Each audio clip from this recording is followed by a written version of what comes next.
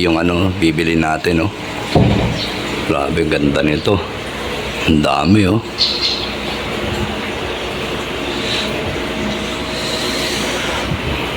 Ayan.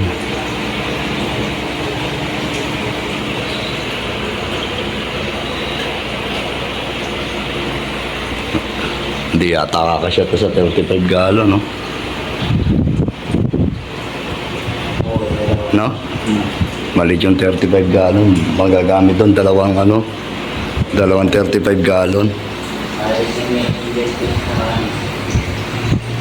Oh, mahirapan naman. Baka bukas pa tayo matahapos na isa-isa yung huli. Kaya na kasi, hindi talaga ako gumagamit dito kasi yung madami. Bakit po? Minsan baka sumabit yung gano'n. Lalo pag malaki na. Opo. Pag malaki, ginakamay ko yan, sir. O ngayon kasi meron akong natilan sa English, ginakamay. Hindi ko naya, lalo na yung mga pangusyo, no? Napakasaya na ito. Kung nagpadala kami, sir, sa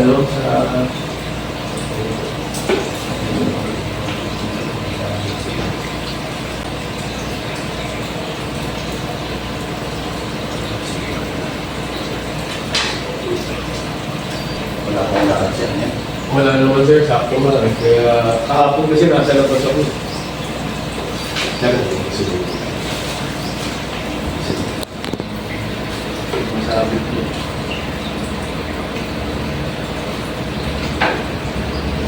Pero mas maganda din kasi kung malawak yung larawan. Ay, opo. Tsaka mas mabilis sila lalaki. Ayun siya, pag kung kailangan mo, kunin mo yan. Pwede mo dyan sila palaki. Mas malaki yan sa 35 gallon. Sabihan mo na ako para maalis ko yung tubig. Lagi nito siya, parang ganun eh. Kasi hindi na po isang banos. Ay, hindi ko yan. Baka may service yung kwento. Kaya kung napalaki mo yan, panalo ka siya. Oo, master. Kailangan lang sa'yo mabuhay sila kung palaki. Hindi na lang. Ang dami po.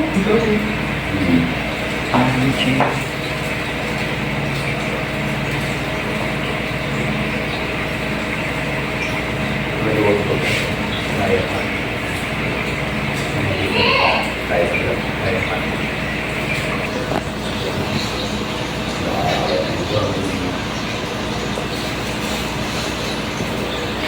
Sir, kaya po sir. Kasi ulit. Parang tubo. Parang mabilis tayo. Nakakinggan mo lang po. Diyan na rin po ako ng tubig. Aba, ito po yung kata. Ayan, binabalot na yung kinuha natin.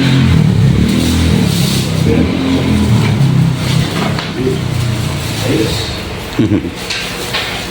A few moments later. Mga kahabi, ito na po yung ating mga nabiling isda na galing kay Sir Martin Garage. Ayan. Magagandang klaseng isda to mga kahabi, kaya ayan ginagawa natin, pinaghihiwalay-walay natin yung mga maliliit at yung mga malalaki. By size lang to mga kahabi kasi aalagaan natin to para mapalaki yung mga isda para mapaganda na rin yung pag-aalaga sa kanila para makakain kasi iba-iba eh. Kaya malalaki tapos merong mga maliliit to, kaya iba-by size natin to mga kahabi para yung mga maliliit makahabol sa paglaki. Ayan, tara samahan nyo ako mga kahabi. At tumitingal na sino. Mas kitran. Tumitingal na, nahihirapan ang huminga yan. Allah, kawawa naman Kaya nga, minadali ko nang i-ano rito eh. Eh, tingnan mo namatay. Oo, nakatingala nga sila. Papakain natin siya. O, tignan mo yun. Burn. Tignan mo yun, no? Iwalay-walay lang natin yung per size. Kasi, Ibig sabihin, hindi sila makakapatid. Kasi may maliliit, may malalaki, oh. O, ito, ito. sobrang laki ng ito. Ito ang punto. Ito, anak sa labas. Ito, anak sa kabilang bahay. Nampating na yun. Nalahian, no? Dapat may lagayin tayong ano eh. Andiyak na rin. Isa lang size, tatanggalin ko lang yung maliliit. Tapos papakawalan natin dyan sa malaki lang. Oh, halos para-pareho na yan. Kaya nga, ito. Ito, medyo malaki pa, oh. Ito, oh. Saan? Ito yata, malaki. Ito Ayan.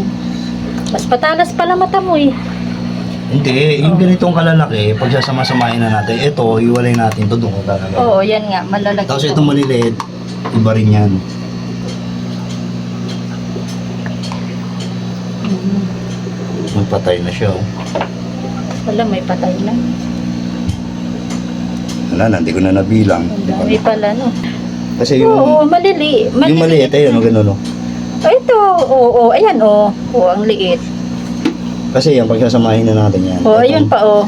Ayun, oo. Yung Ayan. maliliit, yan ang, Oo, yan. Yan. yan ang papalakihin natin sa ano. Ayun pa yan.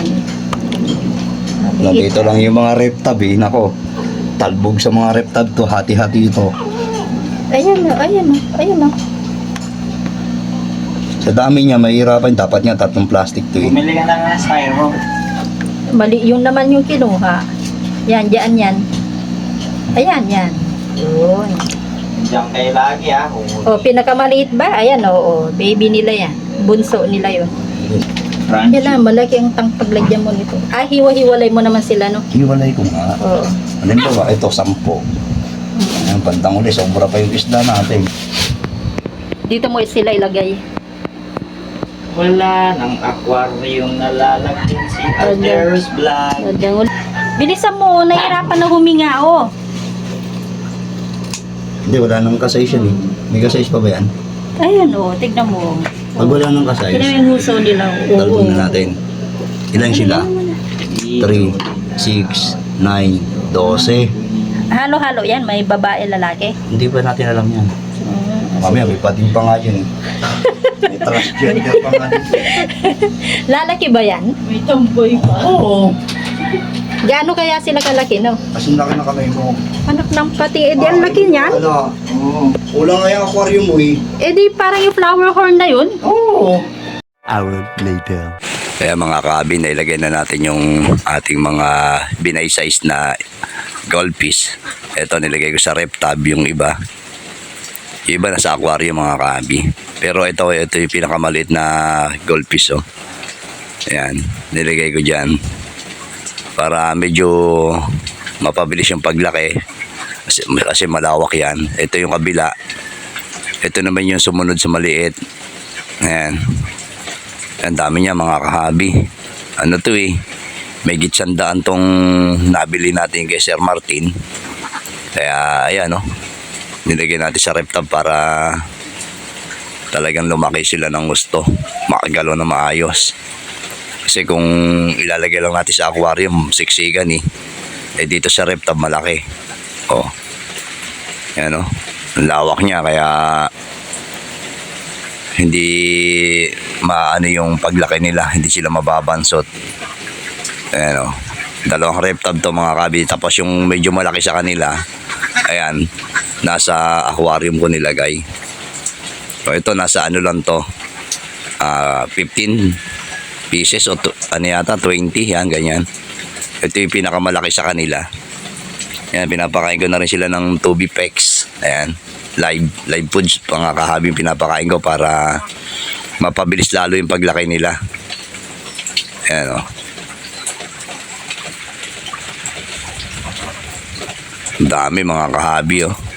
35 gallon lang kasi to mga kahabi, kaya hindi natin kayang ilagay dito sa aquarium to. Mababansot sila. Hindi sila makakagalaw na maayos. Hanggang dito na lang po ang ating video at maraming pong salamat sa inyo pong pagsuporta sa Alderos Vlog. Paki-subscribe po ang ating channel. Paki-pindot na rin po notification bell para updated po kayo sa lahat ng video na aking ginagawa. See you next vlog. God bless po mga kabi. Bye bye.